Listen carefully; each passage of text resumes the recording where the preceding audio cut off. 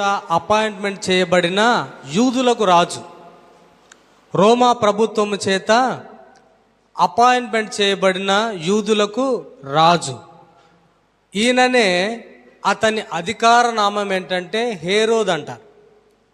హేరోద్ అంటే ఇంతకుముందు చాలాసార్లు మీకు చెప్పాను. హేరోద్ అన్నా, ఫరో అన్నా, లేకపోతే సీజర్ అన్నా, ఇట్లా వ్యక్తిగత నామం కాకుండా అధికార నామం ఉంటుంది. అట్లా ఈ అగ్రిప్ప అనే వ్యక్తి రాజుగా, యూదులకు రాజుగా ఉన్నాడు. ఈయన గురించి మనం ఎందుకు ప్రస్తావన చేస్తున్నామంటే, పౌలు అనే ఒక గొప్ప దైవజనుడు సువార్తను ప్రకటిస్తున్నాడు.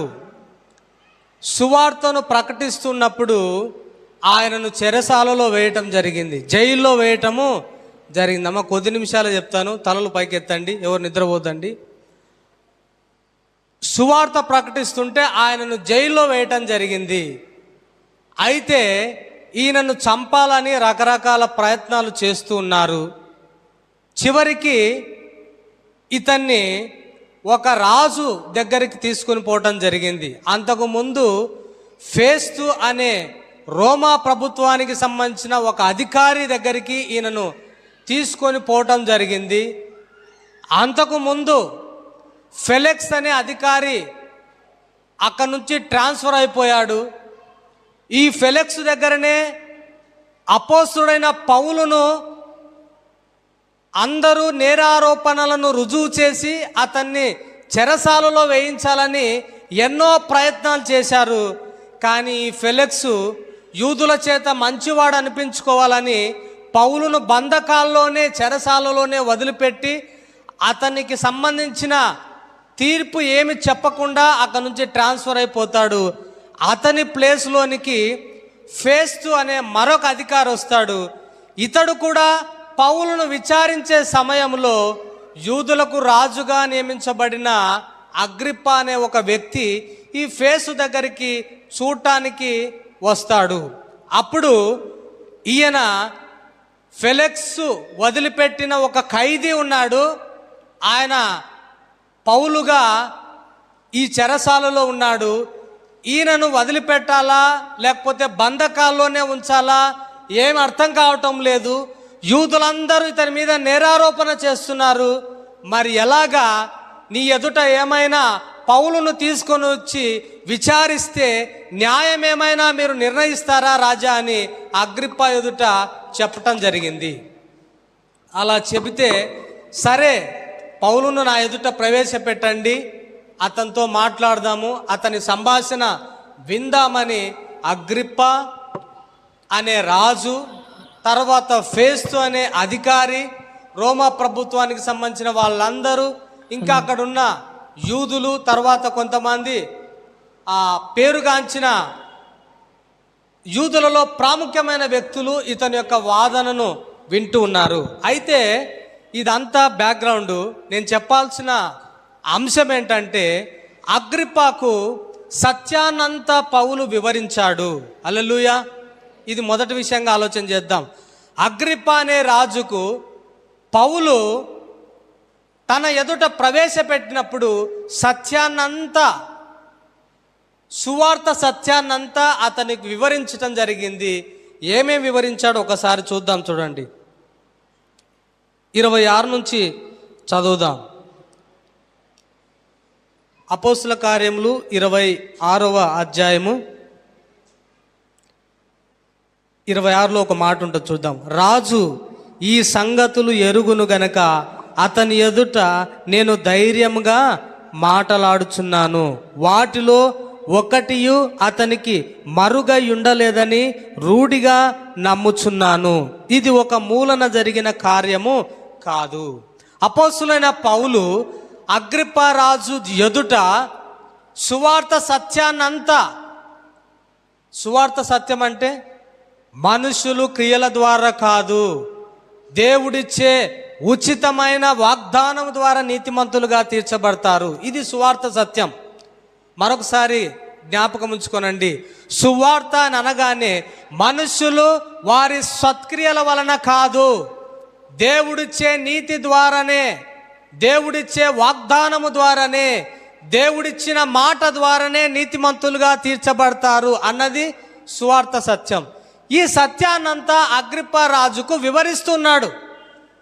ఏమని వివరిస్తున్నాడంటే ఇలా వివరించుకుంటూ వస్తున్నాడు.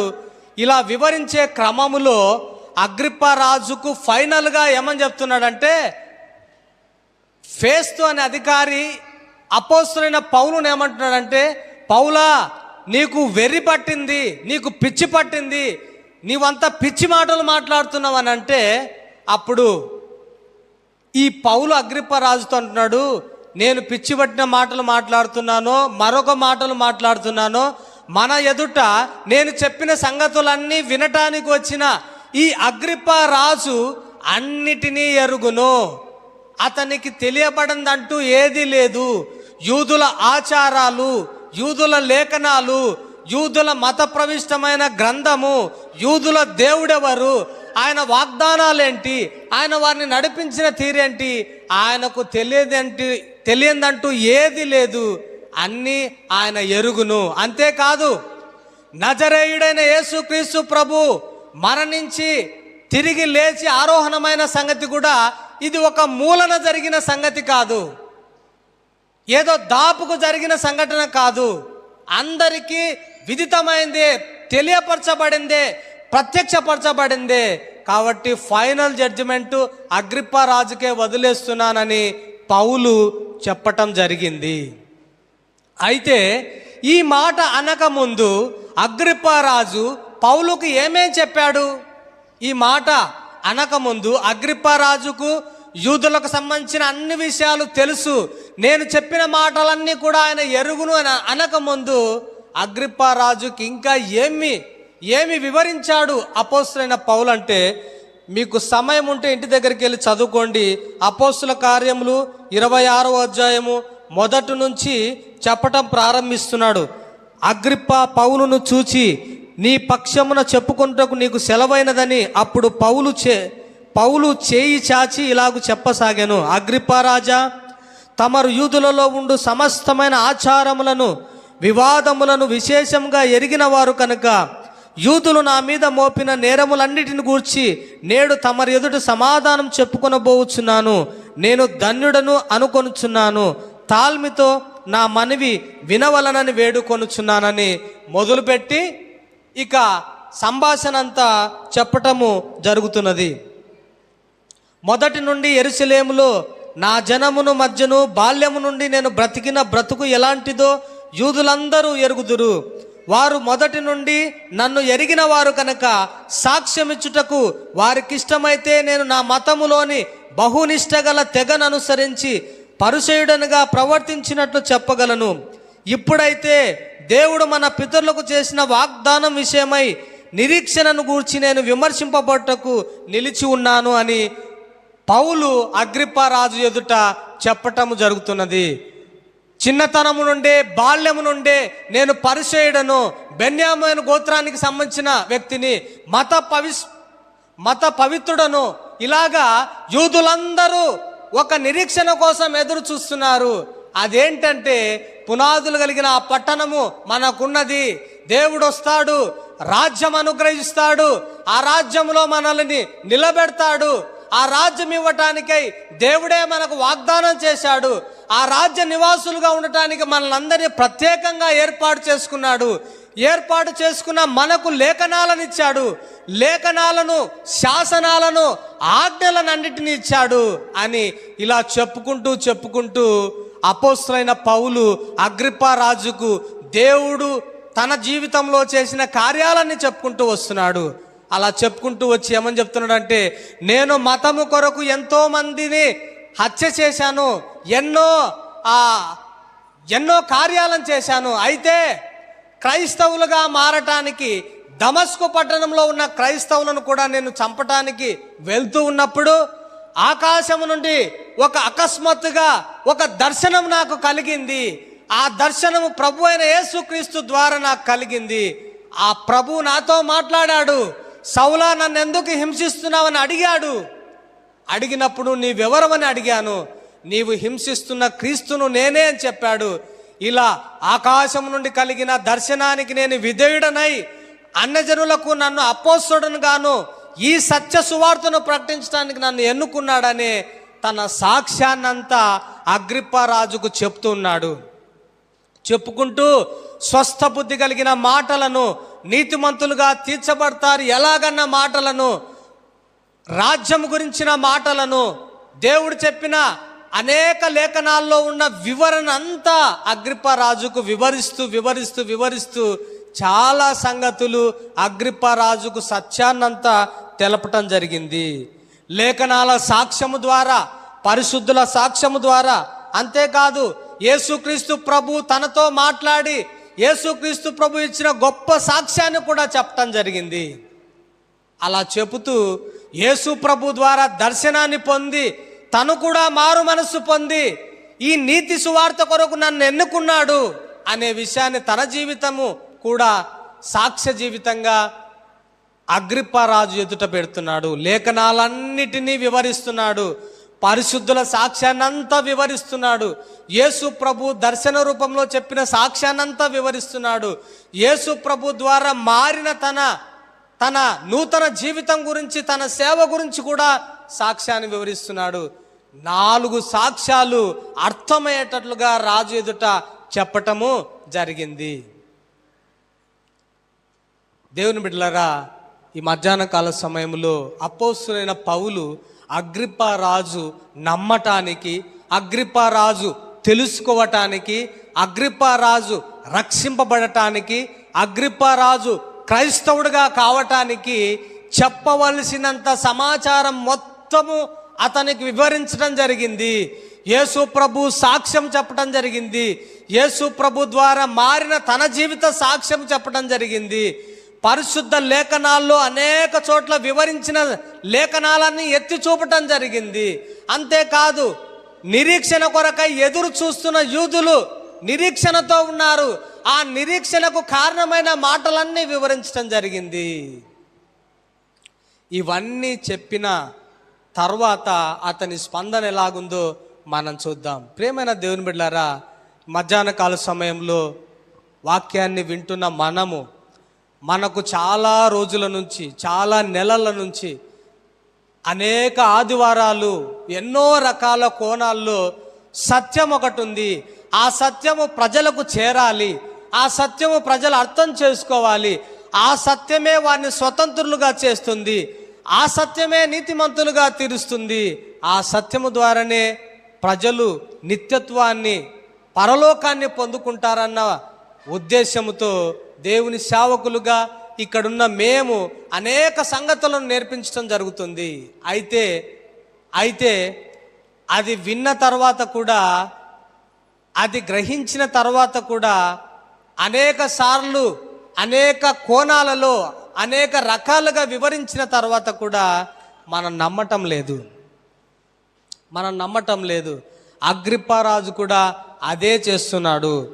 ఇన్ని లేఖనాల సత్యము, ఇంత వివరణ అతనికి ఇచ్చిన తర్వాత అతడు అంటున్నాడు. చూడండి, అపోస్తుల కార్యములు 26వ అధ్యాయము 30వ వచనం ఒకసారి చదువుదాం.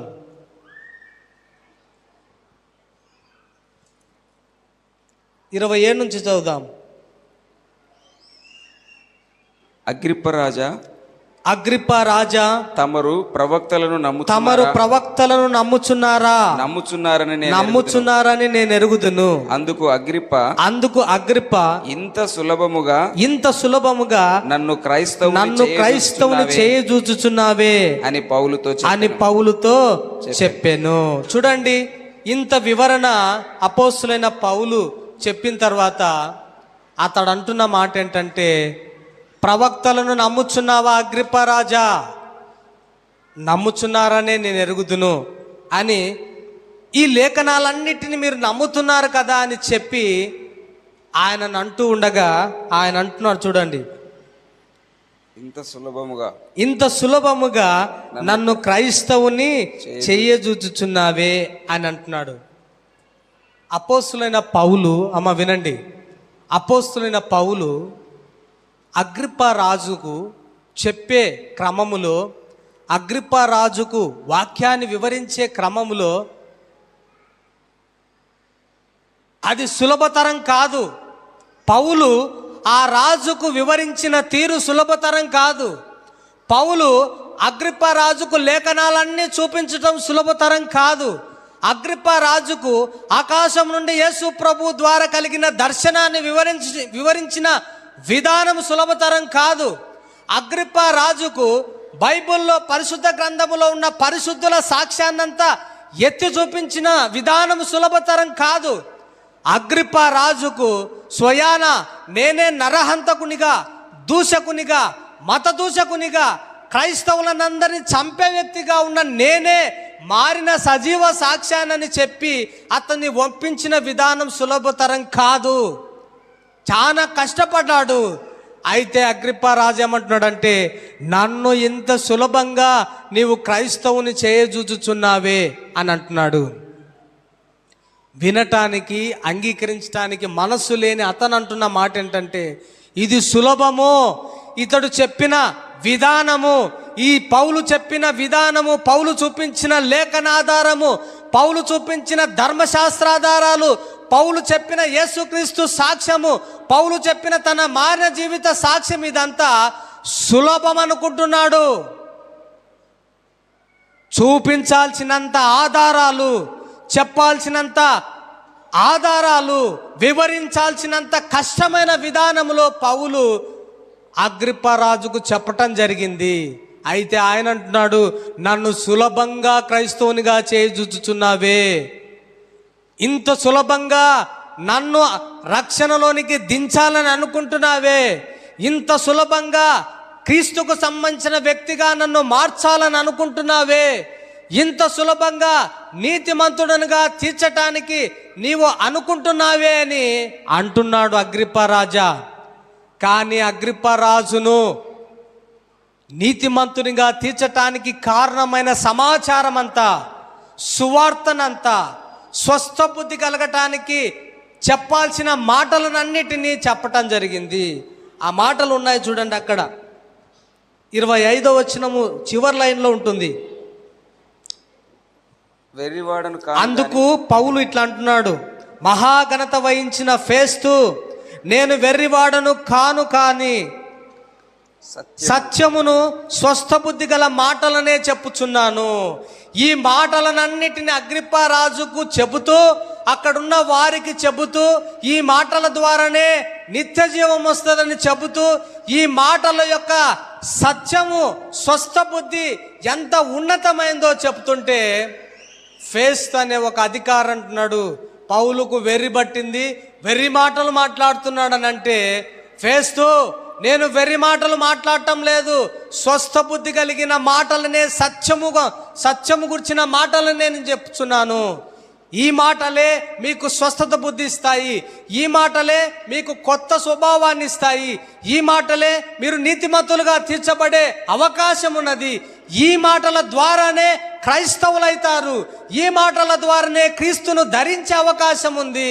కానీ ఇవి మీకు వెర్రి మాటలుగా కనిపిస్తున్నాయి అని వారితో చెప్పటం జరుగుతున్నది. బహుశా ఈ అగ్రిప్ప కూడా ఫేస్తు అన్న మాటలనే, ఆ మాటలనే ఆధారంగా తీసుకొని పౌలును అనుకుంటున్నాడు, వెర్రి మాటలతో నన్ను క్రైస్తవునిగా చేయజూచుచున్నావే అని అనుకుంటున్నాడో ఏమో. దేవుని బిడ్డలారా గమనించండి, సువార్త సత్యాన్నంతా క్రోడీకరించి అందరి సాక్ష్యాన్నంతా మిళితము చేసి పిండి ఆ సారాన్ని అగ్రిప్పకు వివరించడం జరిగింది. ఆ సారము, సువార్త సారము అగ్రిప్ప రాజుకు చెప్పటం జరిగింది. కానీ అతడు అంటున్నాడు, నన్ను క్రైస్తవునిగా సులభంగా చేయాలనుకుంటున్నావే అని తమాషాగా మాట్లాడుతున్నాడు, లేకపోతే వెటకారంగా మాట్లాడుతున్నాడు, అవమానంగా మాట్లాడుతున్నాడు. పౌలు మాటలు నిర్లక్ష్య వైఖరితో మాట్లాడుతున్నాడు. ఇంత సులభంగా నన్ను క్రైస్తవునిగా చేర్చుచున్నామే అని తనేదో గొప్ప వ్యక్తినిగా అనుకుంటూ మాట్లాడుతున్నాడు, అహంకారముతో మాట్లాడుతున్నాడు. దేవుని బిడ్డలారా, ఇందులో నుంచి మనం నేర్చుకోవాల్సిన విషయం ఏంటంటే, దేవుని గురించిన సత్యము మనకు ఎన్నో రకాలుగా, ఎంతో లేఖనాలతో, ఎన్నో ఆధారాలతో, ఎంతో ఖచ్చితమైన సత్యాన్ని వివరిస్తుండగా మనకు కూడా అగ్రిప్ప రాజు వలె నమ్మటానికి ఏదో ఒక ఆటంకం, ఏదో ఒక గర్వం, ఏదో ఒక అహంకారము, ఏదో వారికి తెలియంది నాకు తెలుసు అన్నది, లేకపోతే సత్క్రియల ఎడల ఆసక్తి, పరిశుద్ధంగా బ్రతకకపోతే ఎలాగొస్తుందనే రకరకాల కారణాల చేత మీరు క్రైస్తవులు కాలేకపోతున్నారు. మనస్సు మార్చబడి కొత్త స్వభావం కలిగిన వ్యక్తులుగా కాలేకపోతున్నారు. దేవుడిచ్చే సువార్త ద్వారా ఉచితంగా నీతిమంతులుగా తీర్చబడలేకపోతున్నారు. అగ్రిప్ప రాజు వలె చెప్తున్నారు చాలామంది, ఇంత సులభంగా క్రైస్తవునిగా నన్ను చేయుచుచున్నారే అని ఆయన అన్నట్టుగానే మనం కూడా మన ప్రవర్తన ద్వారా వ్యక్తపరుస్తున్నాము, మన మనసు ద్వారా వ్యక్తపరుస్తున్నాము. ఎందుకంటే ఈ మాటలు నేను ఎందుకు చెప్తున్నానంటే, ఎన్నోసార్లు మనం వాక్యాన్ని విని ఈ మాటల్లో ఉన్న సారాంశాన్ని గ్రహించలేకపోతున్నాము. ఏ సువార్త ద్వారా అయితే నీతిమంతులుగా తీర్చబడతారని చెబుతున్నామో ఆ సువార్త సారాన్ని మీరు నమ్మలేకపోతున్నారు, గ్రహించలేకపోతున్నారు, హృదయంలోనికి చేర్చుకోలేకపోతున్నారు, నూతన స్వభావముగా మారిన వ్యక్తులుగా కనబడలేకపోతున్నారు. ఎందుకో తృణీకరిస్తున్నారు, ఎందుకో వద్దనుకుంటున్నారు. అగ్రిప్ప వద్దనుకున్నట్లే దేవుని బిడ్డలారా, అయితే అగ్రిప్ప రాజు ఎందుకు తృణీకరించాడో ఒకసారి ఆలోచన చేసుకుందాం. అపోస్తుల కార్యములు 26వ అధ్యాయం, అలాగే కంటిన్యూగా చదువుకుందాం. 27వ వచనం, 28వ వచనం. అందుకు అగ్రిప్ప, ఇంత సులభంగా నన్ను క్రైస్తవునిగా చేయుచున్నామని పౌలుతో చెప్పాను. అందుకు పౌలు, సులభముగానో దుర్లభముగానో తమరు మాత్రము కాదు, నేడు నా మాట విను వారందరూ ఈ బంధకములు తప్ప నా వలె ఉండునట్లు దేవుడు అనుగ్రహించునుగాక అనెను. హల్లెలూయా. గట్టిగా చెప్దాం హల్లెలూయా. మరోసారి చెప్దాం హల్లెలూయా. పౌలు, అపోస్తలుడైన పౌలు అగ్రిప్పతో అంటున్నాడు, అయ్యా, సులభముగా నిన్ను క్రైస్తవుని చేయటం కాదు, నిన్ను క్రైస్తవునిగా మార్చటానికి, నిన్ను నీతిమంతునిగా తీర్చటానికి, లేకుంటే ఇక్కడున్న వాళ్ళందరూ ఈ మాటల ద్వారా దీవించబడటానికి, ఇక్కడున్న వారందరూ క్రైస్తవులకున్న నిరీక్షణనే కలిగి ఉండటానికి, నిత్య జీవం అనే వరాన్ని ఉచితంగా పొందుకోవటానికి, క్రీస్తు అనే ఒక వ్యక్తి మరియమ్మ యేసేపు గర్భమున పుట్టి పెరిగి పెద్దవాడై ప్రజలందరికీ దైవ కుమారునిగా పరిచయమై ఆయన ప్రాణమిచ్చి రక్తము కార్చి ఈ లోకాన్ని వదిలిపెట్టి వెళ్ళిపోయాడు. అయితే ఆయన మరణము పునరుత్థానము ద్వారా మనుషులందరికీ పాప క్షమాపణ, మనుషులందరికీ నీతి ఉచితంగా వస్తూ ఉండగా, వీటన్నిటినీ నీకు వివరించి చెప్పటానికి, ఇక్కడ కూర్చున్న వారందరికీ వివరించి చెప్పటానికి నాకు సులభతరం కాదు, నాకు చాలా కష్టమైన పనే ఇది. అయితే నీవు సులభంగా అని అనుకుంటున్నావు కాబట్టి ఒక మాట విను. నువ్వు సులభంగా అనుకుంటావో దుర్లభంగా అనుకుంటావో, అయితే బంధకములు అనగా చెరసాలలో సంఖ్యల చేత బంధించబడి ఉన్నాను నేను మీ ప్రభుత్వము ద్వారా. అయితే ఈ బంధకములు తప్ప, చెరసాల లేకుండా ఉండటం తప్ప అందరూ నా వలే ఉండాలని నేను కోరుకుంటున్నాను. అనగా అందరూ నా వలే నీతిమంతులుగా తీర్చబడాలని కోరుకుంటున్నాను. అందరూ నిత్య జీవానికి అర్హత కలిగిన వ్యక్తులుగా నా వలే ఉండాలనుకుంటున్నాను. అందరూ రక్షింపబడటం, నేనెలా రక్షింపబడ్డానో మీరు కూడా అలా రక్షింపబడాలని కోరుకుంటున్నాను. నాకు పరలోకం గూర్చిన నిరీక్షణ కలిగి ఎలా నేను ధైర్యంగా ఉన్నానో ఆ ధైర్యం కలిగిన వ్యక్తులుగా మీరు కూడా ఉండాలని కోరుకుంటున్నాను. మీరు అనుకుంటున్నారు ఇది దుర్లభము సులభమని అనుకుంటున్నారు, అదంతా నాకు తెలియదు. కానీ బంధకములు తప్ప మీరందరూ నా వలే ఉండాలని కోరుకుంటున్నాను. అప్పటికి పౌలుకు ఆస్తిపాస్తులు లేవు, కటిక పేదరికము, జైల్లో మగ్గిపోతున్నాడు, చెరసాలల్లో నిత్యవసర వస్తువులు కూడా లేని పరిస్థితుల్లో ఉన్నాడు. సువార్త ప్రకటించినందుకే మనుషులు సత్క్రియల ద్వారా కాదు, దేవుడిచ్చే నీతి ద్వారానే నీతిమంతులుగా తీర్చబడతారు. మనుషులు ధర్మశాస్త్ర క్రియలు చేసి నీతిమంతులుగా తీర్చబడాలని కోరుకునే ఆ క్రమములో మీరెవరూ ధర్మశాస్త్రము చేయలేరు. యేసు ప్రభువే ధర్మశాస్త్రాన్ని పాటించి మీకు నిత్య జీవాన్ని, రక్షణను ఉచితంగా ఇచ్చే ఈ క్రమములో అందరూ రక్షణ పొందాలని కోరుకుంటున్నానని చెప్పే ఈ సువార్త ద్వారా అతడు చెరసాల పాలై కటిక పేదవాడిగా ఉంటూ తినటానికి తిండి లేక అప్పటికే జైల్లో మగ్గిపోతూ ఆ రాజు దగ్గరికి, ఈ రాజు దగ్గరికి, ఆ కైసర్ దగ్గరికి, అక్కడికి ఇక్కడికి తిరుగుతూ చాలా వికారమైన పరిస్థితుల్లో బ్రతుకుతున్న దుర్భరమైన పౌలు జీవితం ఉన్నది. ఆ దుర్భరమైన పౌలు జీవితాన్ని అనుభవించుకుంటూ కూడా ఆయన అంటున్న మాట ఏంటంటే, బంధకములు తప్ప మీరందరూ నా వలె నిత్య జీవము కలిగిన వ్యక్తులై ఉండాలి. బంధకములు, చెరసాల తప్ప మీరందరూ నీతిమంతులుగా తీర్చబడే వ్యక్తిగా నా వలె మీరు ఉండాలని కోరుకుంటున్నానని చెప్పటం జరిగింది. దేవుని బిడ్డలారా గమనించండి, అగ్రిప్ప రాజు పౌలు మాటలను దుర్లభం అనుకుంటున్నాడు. ఇవి పనికిరాని అనుకుంటున్నాడు, ఇవి వెర్రి మాటలు అనుకుంటున్నాడు, ఇవి స్వస్థ బుద్ధి లేనివి అనుకుంటున్నాడు. అలా అనుకోవటానికి పౌలు ఉన్న ఆ యొక్క పేదరిక స్థితేనేమో పౌలు ఒక గొప్ప అధికారం కలిగిన స్థానంలో ఉండి చెప్పటం లేదు, ఒక దోషిగా, ఒక ఖైదీగా చెప్తున్నాడు. కటిక దరిద్రతలో ఉండి చెప్తున్నాడు.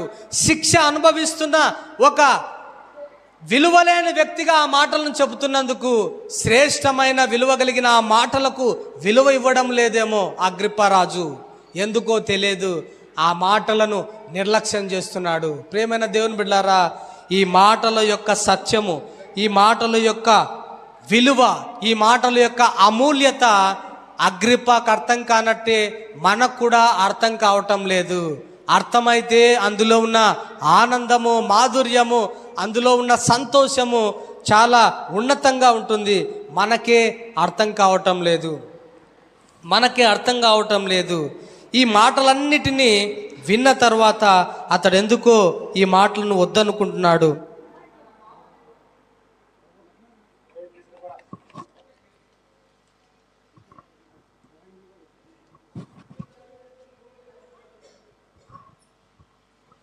మార్చబడని తన పాప స్వభావాన్ని బట్టి, తన అవిధేయతను బట్టి ఈ మాటల విలువ అతడు తృణీకరిస్తున్నాడు.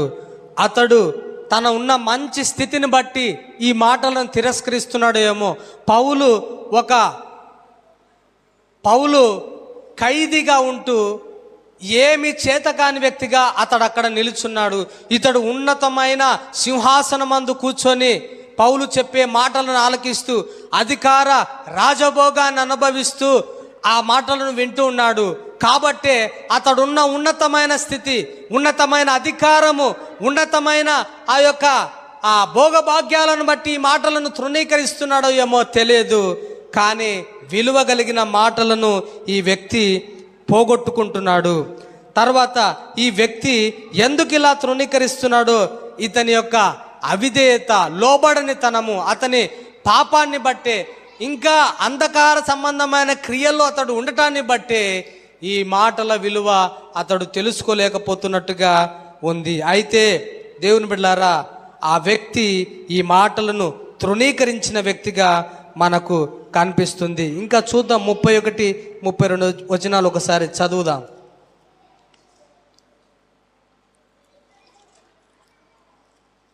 అపోస్తల కార్యములు 26, 31 నుంచి చదువుదాం, 30 నుంచి చదువుదాం. అంతటా రాజును అధిపతియు బెర్నికేయు వారితో కూడా కూర్చుంటున్న వారు లేచి అవతలకు పోయి, ఈ మనుష్యుడు మరణమునకైనను బంధకములకైనను తగినదేమీ చేయలేదని తమలో తాము మాటలాడుకొనిరి.